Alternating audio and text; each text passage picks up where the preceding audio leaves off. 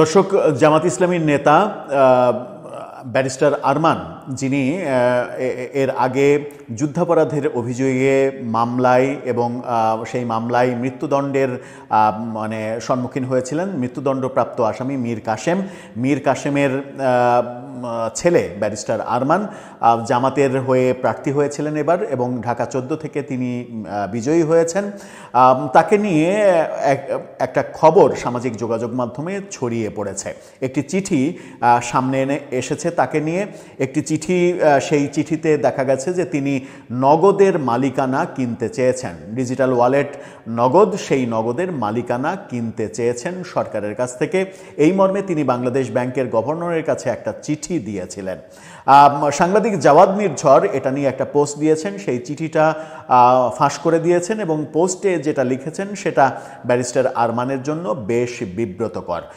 তিনি নির্বাচনের হলফনামায় নিজেকে মাত্র 2 কোটি টাকার মালিক হিসেবে দেখিয়েছিলেন, কিন্তু সেই 2 কোটি টাকার মালিক কিভাবে নগদের মালিকানা কিনতে চায় 1000 কোটি টাকা দিয়ে, সেই প্রশ্ন সাংবাদিক জাওয়াদ নির্ঝর তুলেছেন ফেসবুকে। চলুন একটু জেনে দেখি ব্যারিস্টার আরমানের যে চিঠিটা সামনে আসলো সেই চিঠিতে কি লেখা আছে, সেই চিঠিটা কতটা সত্যিই কি তিনি নগদের মালিকানা কিনতে চেয়েছেন কিনা। থাকবেন পলিটিক্স টিভির নিয়মিত আয়োজন। দর্শক, বলছিলাম জামাতের নির্বাচিত এমপি ব্যারিস্টার আরমান, যার ব্যাপারে অন্তর্বর্তীকালীন সরকার বেশ সোচ্চার ছিল এবং ব্যারিস্টার আরমান তাকে আয়নাঘরে রাখা হয়েছিল, শেখ হাসিনার আমলে আয়নাঘরে তাকে রাখা হয়েছিল এরকম অভিযোগে আমাদের তৎকালীন সংস্কৃতি উপদেষ্টা তাকে নিয়ে বেশ ডকুমেন্টারি বানিয়ে সামাজিক যোগাযোগ মাধ্যমে ফলাও করে প্রচারও করেছেন। সেই ব্যারিস্টার আরমানের বিরুদ্ধে অভিযোগ উঠেছে তিনি নগদের মালিকানা কিনতে চেয়েছেন, কিন্তু নগদের মালিকানা তিনি তো কিনতেই পারেন, তাই না?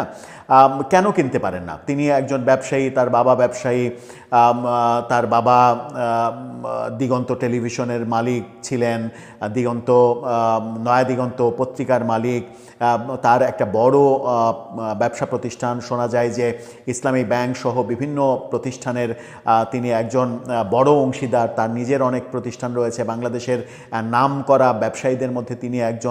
সুতরাং তিনি তো এটা কিনতেই পারেন। সমস্যাটা কোথায়? সমস্যাটা সাংবাদিক জাওয়াদ নির্ঝর যেটা দেখছেন সেটা হচ্ছে তিনি তার নির্বাচনী হলফনামায় নিজেকে 2 কোটি টাকার মালিক দাবি করেছিলেন। সেই কারণে তিনি প্রশ্ন করছেন 2 কোটি টাকার মালিক কিভাবে 1000 কোটি টাকার নগদ কিনতে চায়। যে চিঠিটা বাংলাদেশ ব্যাংকের গভর্নরকে দিয়েছেন বলে তিনি সামনে এনেছেন, সেই চিঠিটা আপনারা দেখে নিতে পারেন। সেখানে Mir Ahmed Bin Kashem Arman, barrister at law, এই প্যাডে তিনি চিঠিটা দিয়েছেন এবং সেই চিঠিতে যেটা লেখা হয়েছে সেই লেখাটা একটু পড়ে শোনাই। ইংরেজিতে লেখা হয়েছে, বাংলায় করলে যেটা দাঁড়ায়, প্রিয় মহাশয়, ভবিষ্যতের প্রয়োজনীয় বিনিয়োগ নির্ধারণের জন্য নগদ ডিজিটাল ফাইন্যান্সিয়াল সার্ভিসের একটি অডিট পরিচালনার অনুমতি দেওয়ার জন্য অনুরোধ করছি। আসসালামু আলাইকুম। আপনার অফিসে আমার যে সভাটি হয়েছিল তা দেখুন। প্রথমেই নগদ ডিজিটাল ফাইন্যান্সিয়াল সার্ভিস সম্পর্কে আপনার সদয় সময় ও গঠনমূলক পরামর্শের জন্য কৃতজ্ঞতা প্রকাশ করছি। 2, আপনি ভালোভাবেই জানেন যে উক্ত সভাটি আমার একান্ত ইচ্ছা ছিল লাইসেন্স প্রাপ্তির এবং একটি ডিজিটাল ব্যাংক প্রতিষ্ঠার আমার আগ্রহের প্রতি আপনার সদয় সমর্থনের জন্য। ভবিষ্যতের প্রয়োজনীয় বিনিয়োগ নির্ধারণের জন্য নগদ ডিজিটাল ফাইন্যান্সিয়াল সার্ভিসের একটি অডিট পরিচালনার অনুমতি, যেটা 2 এর পরে 3-এ যেটা বলা হচ্ছে সেটা হচ্ছে যে সেই বৈঠকে আমি নগদ ডিজিটাল ফাইন্যান্সিয়াল সার্ভিস সম্পর্কে জানতে পারি, কারণ পূর্ববর্তী সরকারের আমলে একটি দুর্ঘটনার কারণে এটি এখন বাংলাদেশ ব্যাংকের সরাসরি পরিচালনায় রয়েছে এবং প্রয়োজনীয় যথাযথ পরিশ্রম মেনে এটি একটি নতুন মালিকানা ও ব্যবস্থাপনার কাছে হস্তান্তরের পরিকল্পনা রয়েছে, অর্থাৎ নগদ নতুন মালিক খুঁজছে, এটা বলেছেন তিনি। 4, এই ধরনের বিকল্প খুঁজে পাওয়া আমার জন্য অত্যন্ত সম্মানের এবং সুযোগ হবে। আমার বিদেশি বিনিয়োগকারীদের সাথে আলোচনার পর আমরা মূল্যায়নের পরবর্তী পর্যায়ে এগিয়ে যেতে প্রস্তুত, যার মধ্যে একটি পুঙ্খানুপুঙ্খ ফরেনসিক অডিট অন্তর্ভুক্ত থাকবে। অতএব নগদ ডিজিটাল ফাইন্যান্সিয়াল সার্ভিসের সাথে প্রয়োজনীয় ব্যবস্থা গ্রহণের জন্য এবং আর্থিক পরিষেবার প্রকৃত পরিস্থিতি বোঝার জন্য ভবিষ্যতে প্রয়োজনীয় বিনিয়োগ পরিচালনা এবং ব্যবস্থা করার জন্য এই ব্যবসার জন্য সর্বোত্তম সম্ভাব্য পরিকল্পনা তৈরি করার জন্য আমাদের একটি ফরেনসিক অডিট পরিচালনা করার অনুমতি দেওয়ার জন্য আপনার সর্বোচ্চ সহায়তা আশা করছি। অনুরোধ অনুসারে আপনার সদয় বোঝাপড়া এবং সহযোগিতার জন্য আপনাকে আগাম ধন্যবাদ, আন্তরিকভাবে ধন্যবাদ।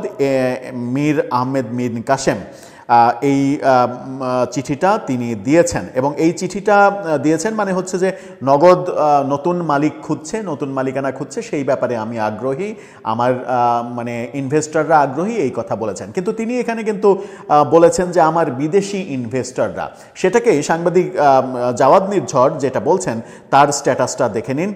তিনি বলছেন যে নগদে ইনভেস্ট করতে চাই ব্যারিস্টার আরমান। নির্বাচনী হলফনামায় 2 কোটি টাকার সম্পদ আছে বলে দাবি করা ব্যারিস্টার আরমান নগদ কিনতে চায়। গুম ফেরত ব্যারিস্টার আরমান নগদ কিনতে প্রস্তুত, নগদের ভবিষ্যৎ ইনভেস্টমেন্ট করতে প্রস্তুত, যার পরিমাণ 1000 কোটি টাকা। তার মধ্যে শুধু টেকনোলজি কস্ট 600 কোটি টাকা। ব্যারিস্টার আরমান, আপনি হলফনামায় 2 কোটি টাকার সম্পদ দেখালেন আর 1000 কোটি টাকার নগদ কিনতে চিঠি দেন। আপনার সততায় আমরা মাননীয় স্পিকার হয়ে গেলাম। এই ধরনের কটাক্ষমূলক স্ট্যাটাস জাওয়াদ নির্ঝর সাংবাদিক তিনি লিখেছেন।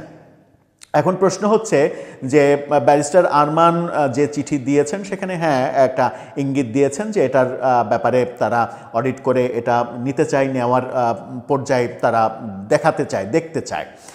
এবং সেখানে ইন্টারেস্টিংলি বিদেশি বিনিয়োগকারীর কথা লিখেছেন। সেই ক্ষেত্রে জাওয়াদ নির্ঝর যে অভিযোগ করছেন যে 2 কোটি টাকা নির্বাচনী তফসিলে মানে দেখানোর যে ব্যাপারটা, যে 2 কোটি টাকার মালিক কীভাবে 1000 কোটি টাকার নগদ কিনতে চায়, সেই ক্ষেত্রে প্রশ্ন আসতে পারে যে ব্যারিস্টার আরমান এটা কি একা কিনতে চান নাকি তার পার্টনারদের নিয়ে কিনতে চান। তিনি অবশ্য এখানে বিদেশি পার্টনারদের কথা বলেছেন। সেই ক্ষেত্রে তার 2 কোটি টাকা থাকলেও 1000 কোটি টাকার পার্টনার ম্যানেজ তিনি করতেই পারেন। এবং ইন্টারেস্টিংলি এই চিঠিটা দেয়া হয়েছে আপনার আগস্টের মানে ফেব্রুয়ারির 8 তারিখে। ফেব্রুয়ারির 8 তারিখে দেয়া হয়েছে, অর্থাৎ নির্বাচনের মাত্র 4 দিন আগে এই চিঠিটা দেয়া হয়েছে। সম্ভবত ব্যাপারটা এরকম ছিল যে নির্বাচনে যদি বিএনপির বিজয় না হতো, নির্বাচনে যদি এনসিপি জামাত জোট বিজয়ী হতো, তাহলে হয়তো এই চিঠিটা কার্যকর করে সামনে তিনি এগোতে পারতেন। এই জন্যই অগ্রিম চিঠি তিনি দিয়ে রেখেছেন। এই চিঠিটা জাওয়াদ নির্ঝর সামাজিক যোগাযোগ মাধ্যমে ফাঁস করে দিয়েছেন। যেহেতু জামাত ক্ষমতায় যায়নি, সেহেতু তার আর ওই প্রেশার ক্রিয়েট করে নগদের মালিকানা পাওয়া কিংবা বাংলাদেশ ব্যাংকে রাজি করানো এই ব্যাপারটা আর হয়তো হয়ে উঠবে না। দর্শক, আপনাদের কাছে এই প্রশ্ন যে 2 কোটি টাকা হলফনামায় যিনি দেখিয়েছেন তিনি 1000 কোটি টাকার নগদ কিনতে চাইছেন কি করে, নাকি তিনি যে প্রসঙ্গটা বললাম যে তিনি বিদেশি বিনিয়োগকারীর কথা লিখেছেন, সেই ব্যাপারটাই তাকে দোষ দেওয়া যায় না। আবার আমরা এই সূত্র ধরে একটা প্রসঙ্গ আপনাদেরকে আনঅফিসিয়ালি শেয়ার করেই রাখি। এর আগেও নগদ কেনার শেখ হাসিনা সরকারের আমলে নগদের মালিকানা পাওয়ার চেষ্টা আমরা দেখেছিলাম।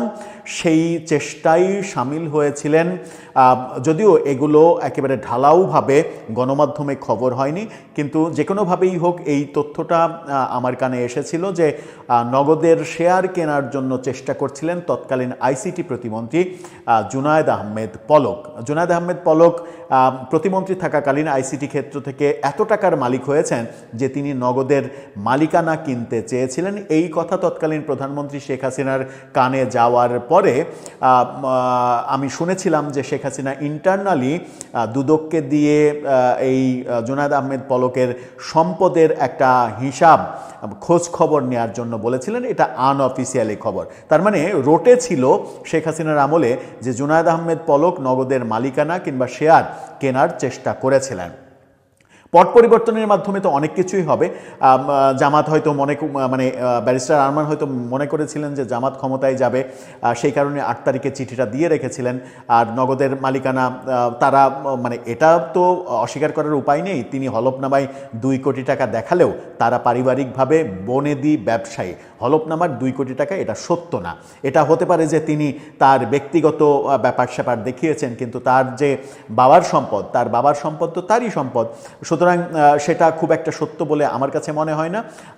নগদ কেনার মতো টাকা তাদের রয়েছে, এটাই বাস্তবতা। সেই ক্ষেত্রে মানে একটা ব্যবসায়ীর যত টাকাই থাকুক না কেন, তিনি চান যে আরও বিনিয়োগকারী সেখানে ইনভলভ করতে, সেই ক্ষেত্রে তিনি বিদেশি বিনিয়োগকারী ইনভলভ করতে চেয়েছেন। ব্যাপারটাকে আপনি কিভাবে দেখছেন দর্শক? ব্যাপারটা খুবই ইন্টারেস্টিং। ব্যাপারটা যখন সামনে এসেছে তখন আপনি কিভাবে দেখছেন, আপনার মতামত জানিয়ে লিখতে